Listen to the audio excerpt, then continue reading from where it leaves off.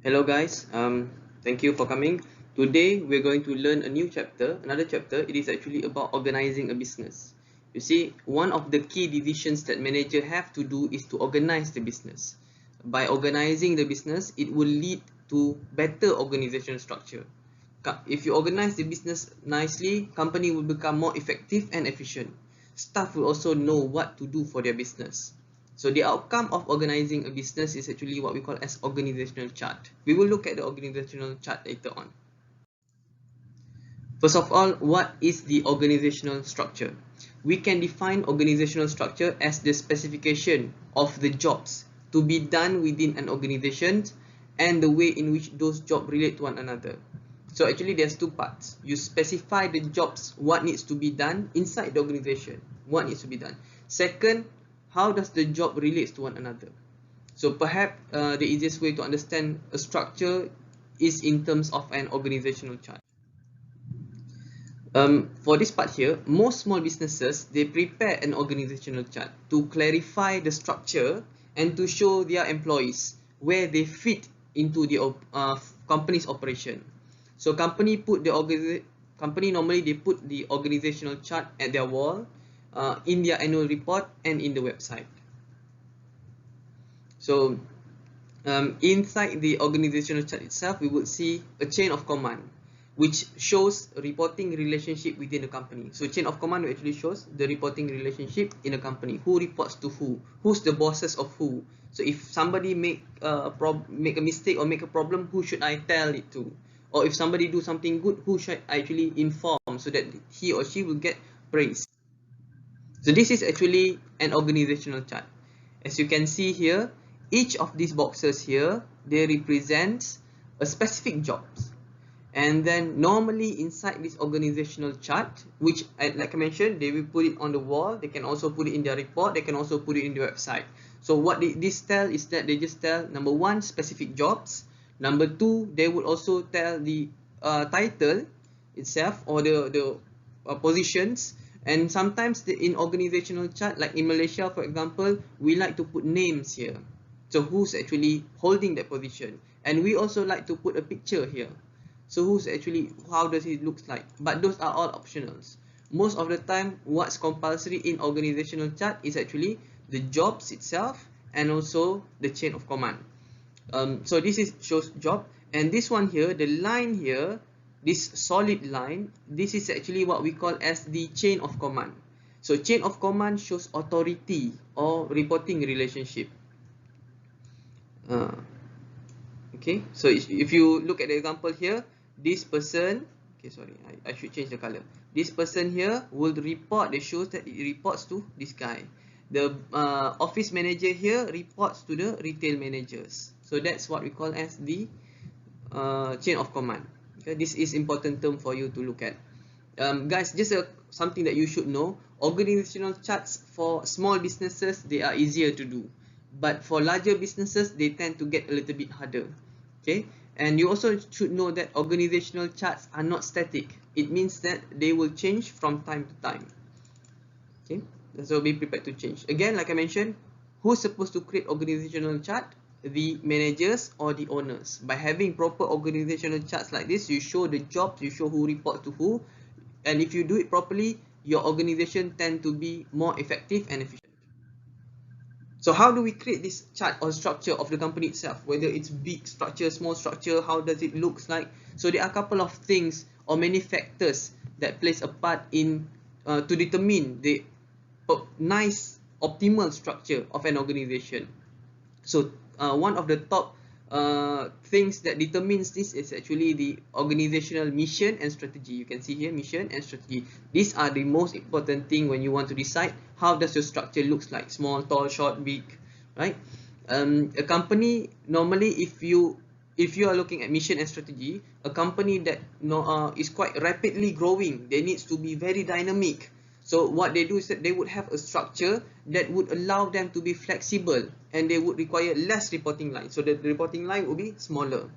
And this kind of structure normally, because they need to be dynamic, they need to be fast, they need to be flexible, they need to rely on trust, and they also need to make sure that there's ability for their own employees to make decisions without going through too many layers of decision making.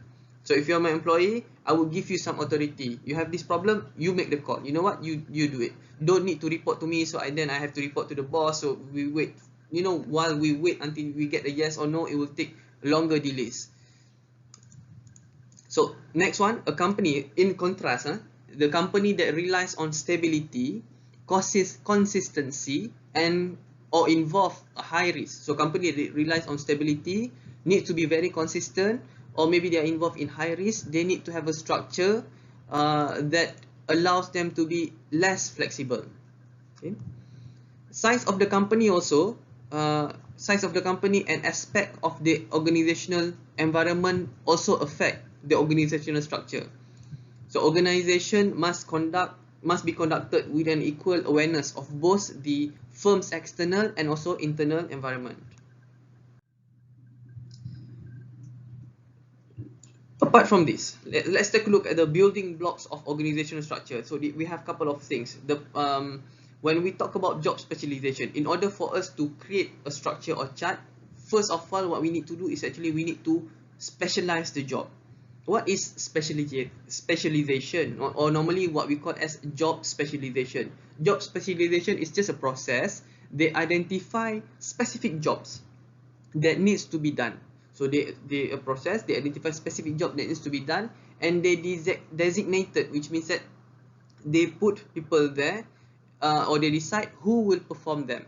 And if you do this properly, you break down the specific jobs and then you put people properly to do specific job, that would have a very good job specialization.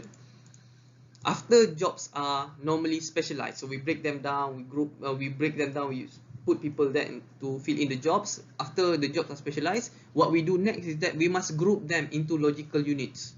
So this is actually the process of departmentalization. Okay, this one here. So departmentalization, departmentalize companies. So once we departmentalize them, departmentalized companies, they normally benefit from this division of activities. So controls and coordinations are made easier if you department them. So instead of everybody doing everywhere, once you put them in specific departments, it's easier for you to control, it's easier for you to coordinate, and top managers or owners itself can easily see how various units or departments are performing. So it's important for you to specialize the job, break it down, and then departmentalize them. Going on to job specialization, just a quick one. If you look at it, BMW, take example, BMW, they have one major job. Their major job is actually to make cars.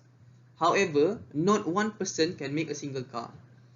Therefore, the managers need to break it down or what we call as specialize it into smaller jobs. So in smaller companies, however, the owners may perform most or even all the jobs. But as the company grows, the need to break down and specialize job increases.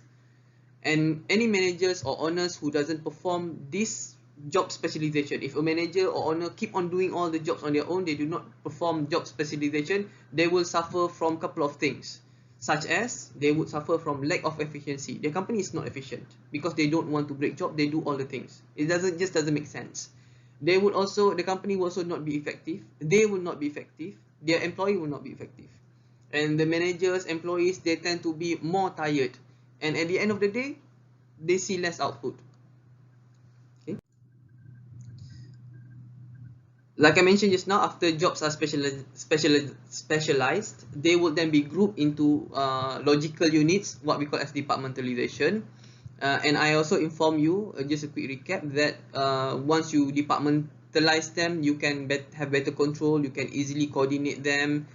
Top managers can actually see how each unit performs. And also departmentalization will allow the firm to trust each department. Departmentalization will allow the firm to treat each department as a profit center. So each department considered as a profit center. So it is considered as a separate company unit, and they are responsible for their own costs and also their own profit. So if you're a manager, once you have departments, you can check the cost and benefit for each department, and you'll know who's performing and who's not performing. And you also have to remember that managers, they do not departmentalize their jobs randomly. They do not simply randomly do it. They normally group them into departments based on common purpose. And normally, departmentalization can be done according to product. We can departmentalize according to product. We can departmentalize according to process, according to functional, customers, and geographic. I repeat that again. It is based on product. We departmentalize them by product, process, functional, customers, and geographic. So these are some of the examples of how we departmentalize our company.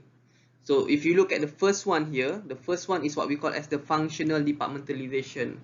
And this is actually very popular among service and manufacturing companies. So what they do is, especially the smaller ones who just getting started, they normally use functional departmentalization. And they create their departments according to group functions or activities. Most new startup firm, for example, they use functional departmentalization. What they do is that they break down their company into production departments, marketing departments, sales departments, human resource departments, accounting and finance departments. So this is how it works. If you look at the second one here, okay, the second one is actually what we call as the product departmentalization. So let me clear it a little bit and make it nicer. So when we talk about the product departmentalization, both manufacturers and service providers, they often opt for product departmentalization. What they do is that they divide an organization according to specific products or services that are being created. So they divide their departments according to specific products or services that are being created. This becomes especially true or very useful when a firm grows and start to offer multiple product or services.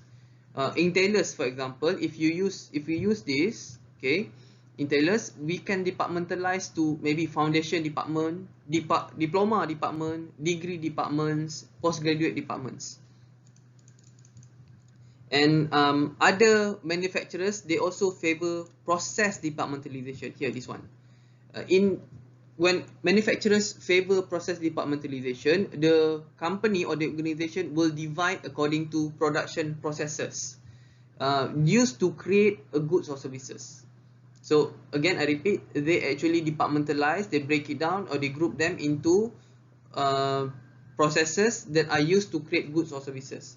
Insurance company might departmentalize to a department. Let's say we take insurance company example. They will departmentalize based on process here into the first department that receive claim from their customers. Then they have another department that focus on reviewing the claims, whether it's legit or not. And they would also have the last one that might focus on paying the customers if the claim is found to be legit. So this is the process 1, 2, 3. Another form of departmentalization is the customer departmentalization. Customer departmentalization normally happen in retail store. So they would have, for example, in customer departmentalization, they will offer product, they will divide organization to offer product and meets needs for identifiable customer group. Okay, let me make it simple for you. If we take customer departmentalization, we have a retail store, we would then break them into, let's say, a men's department, a woman's department, a luggage department, a lawn or garden department, and so on.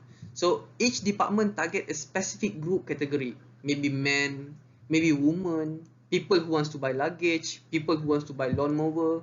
So by using the customer departmentalization to create department that offer products and meet the needs of identifier customer, it's easy for them to tackle.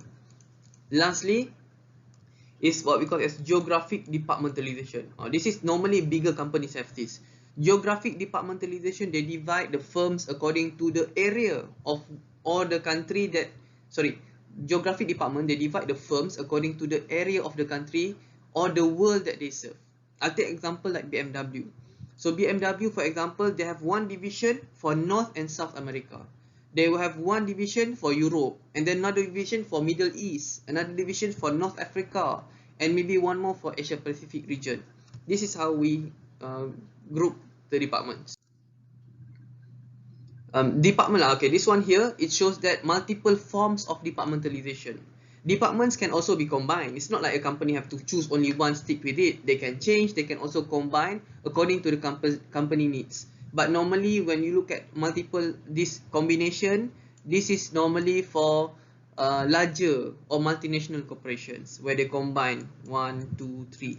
Okay, and it's totally fine. The next one is where we talk about the authority. It's quite easy lah. This is actually the third major building block in creating a good structure. What we do here is that we establish a decision making hierarchy. Who's going to make decision? This is normally done by making sure that you have a formal reporting relationship. It must be formal, which means that it must be black and white. It must be clearly communicated. They understand. So, and they have a reporting relationship. And we have couple of things lah.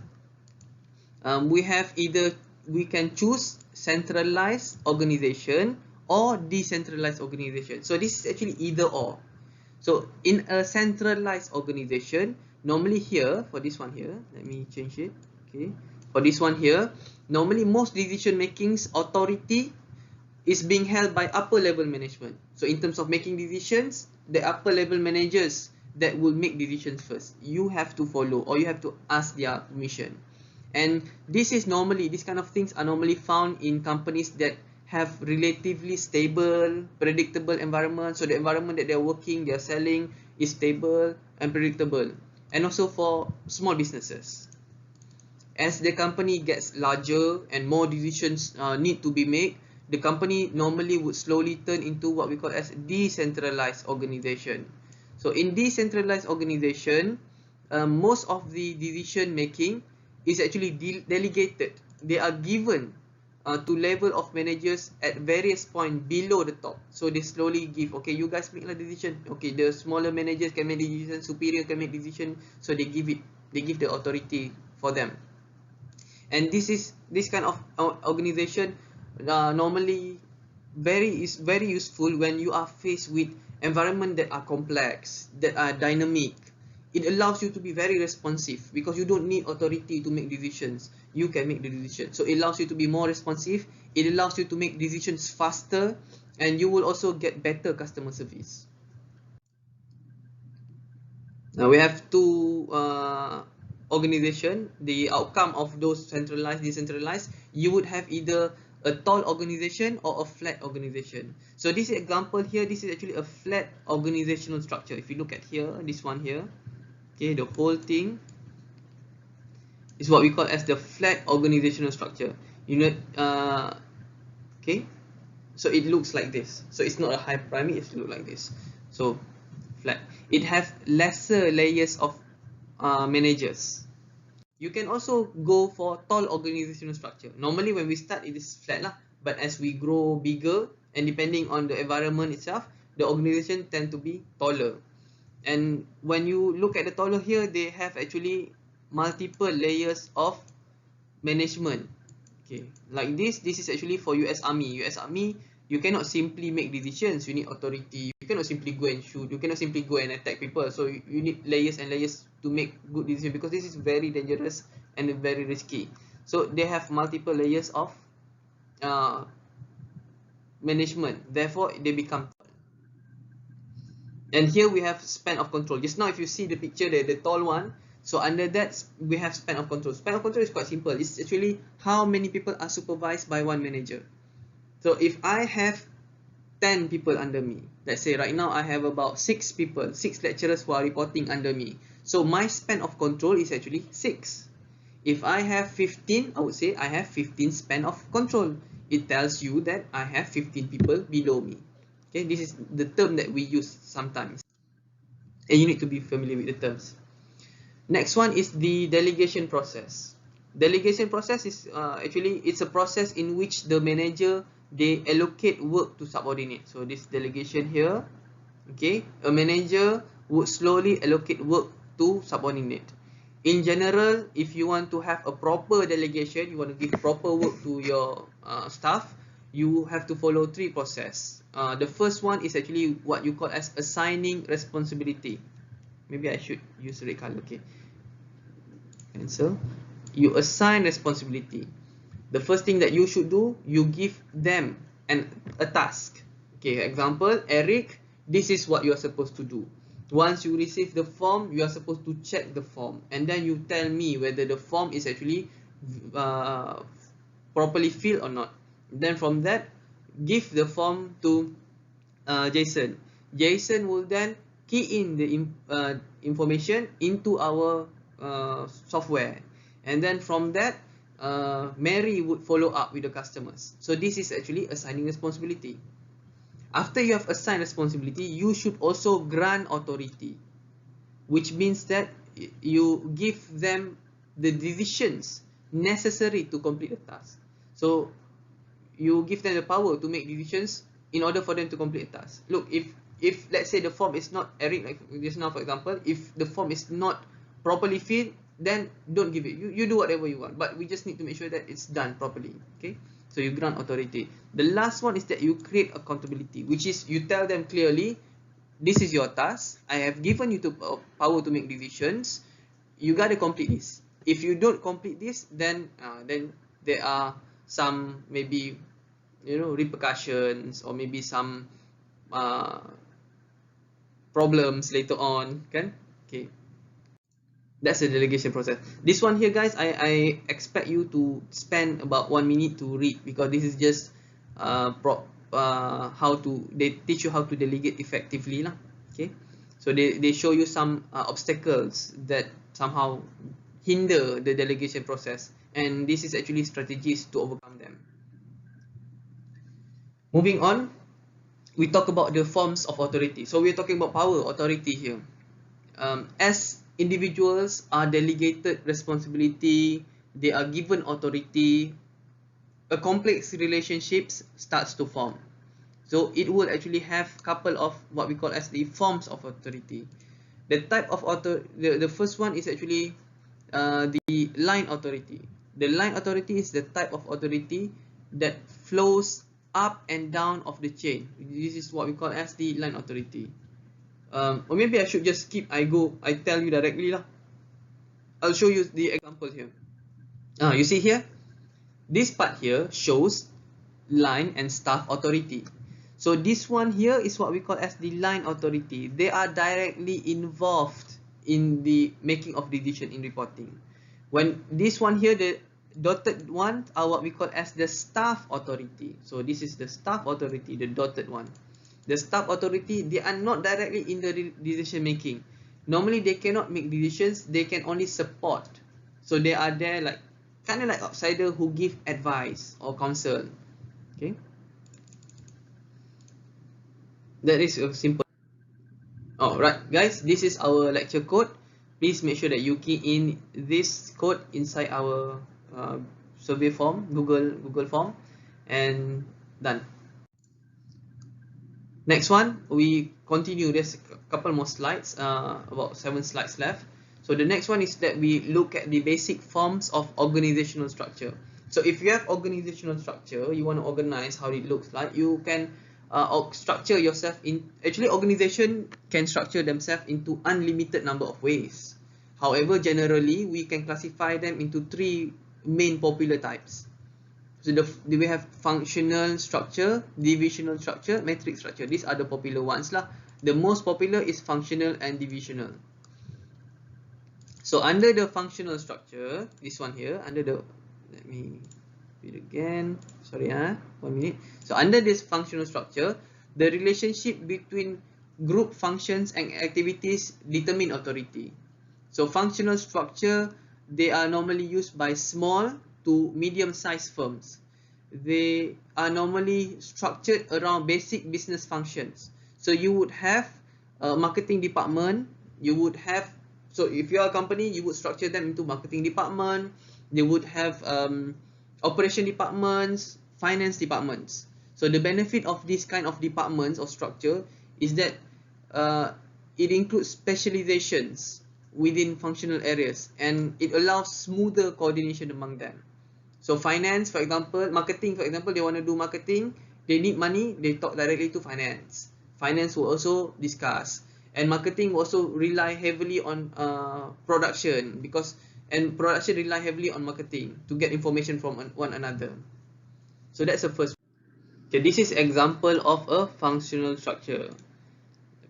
Okay, you can see that they have operations, so they group based on operations. Okay, see, they group based on operations, one department, and then we have marketing department, we have finance department, we have human resource department, we have function which is R&D. So this is, all of these examples are functional structures. The next one is actually divisional structure. So divisional structure, they relies on product departmentalization. Organizations normally they use this approach. Organizations that use this approach normally they are structured around several product-based divisions, and the head of each division may be a corporate vice president if the organization is large enough, or maybe divisional president. Let's take a look at the example of divisional structure. Okay, this is the example of divisional structure. You can see here it is based on product. So we have one department that focus on customer products. We have one department that have industrial product. We have one department that focus on healthcare product. But do they have marketing? They have marketing. They also have marketing. They also have marketing. This one have finance, different finance. Finance also have. Finance different have. Okay. Last one is matrix structure. So matrix structure actually happens sometimes, and when it happens, they combine two separate structures because they believe that it will work better. It is a little bit more complicated lah. You can see here. Okay. You can see that they combine. The company is organized into here merchandise. Okay, here we have merchandising, and also here we have media. No, sorry, we have merchandising here, we have media here, and because of this merchandise and media, they will coordinate with each other. Therefore they become a little bit more matrix structure. Normally matrix structure is not permanent, it's to complete one project, and because it's too complicated to handle and there's so many reporting line, it can create a little bit of chaos or confusing sometimes. Okay, whatever we learned just now, those are all formal structure.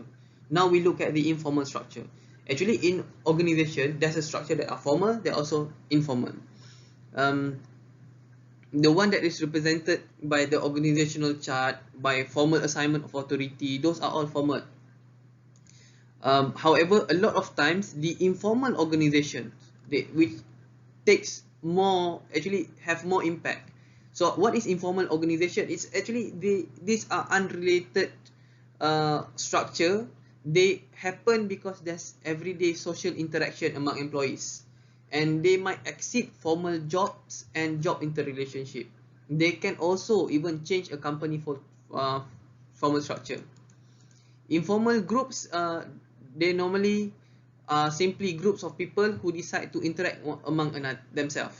They may be people who work together in a formal sense, or maybe just get together for lunch, break, or after work. They may talk, so this informal group that form together, they may talk about their business, they may talk about the boss, or maybe something that are totally not related to work, like families, movies, sports. So it's a hangout buddy that happen to work together. So this is what we call informal group. Okay, the impact on the organization can be positive. So let's say they decided to work together to support the organization, so it have impact. It can also be negative. Let's say the group, this informal group that hang out buddies that work in the same organization, decided that to work in ways that is not beneficial, or even make in negative impact to the organizational interest, or maybe not even relevant. So impact can be also irrelevant. Let's say they just want to do something that are not related to organizations. Okay, so I take example. When you join diploma program, the tutorial group is the formal structure.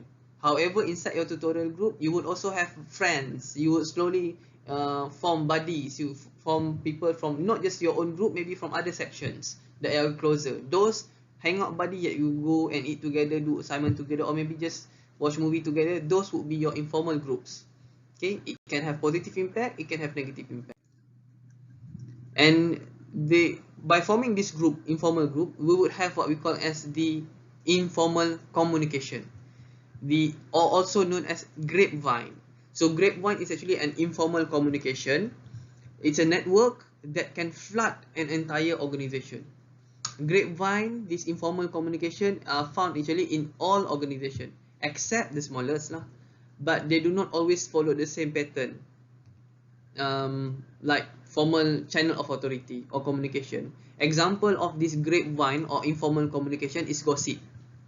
So gossip happens when one person spread message to many other people. Is it a communication when you gossip? Of course, you are communicating. But is it through company's formal way, like emails, announcement? No, it's not. So you gossip with each other, it becomes an informal way of communication. Will it have impact? Yes, both positive and negative. Is the gossip believable? To a lot of extent, people do hear gossip and people believe gossip, and the worst is they spread gossip, whether it's true or not. So this is what we call as the informal organizational and the way they communicate. That's it guys for today. Thank you so much for watching. I hope you benefit. Okay, take care.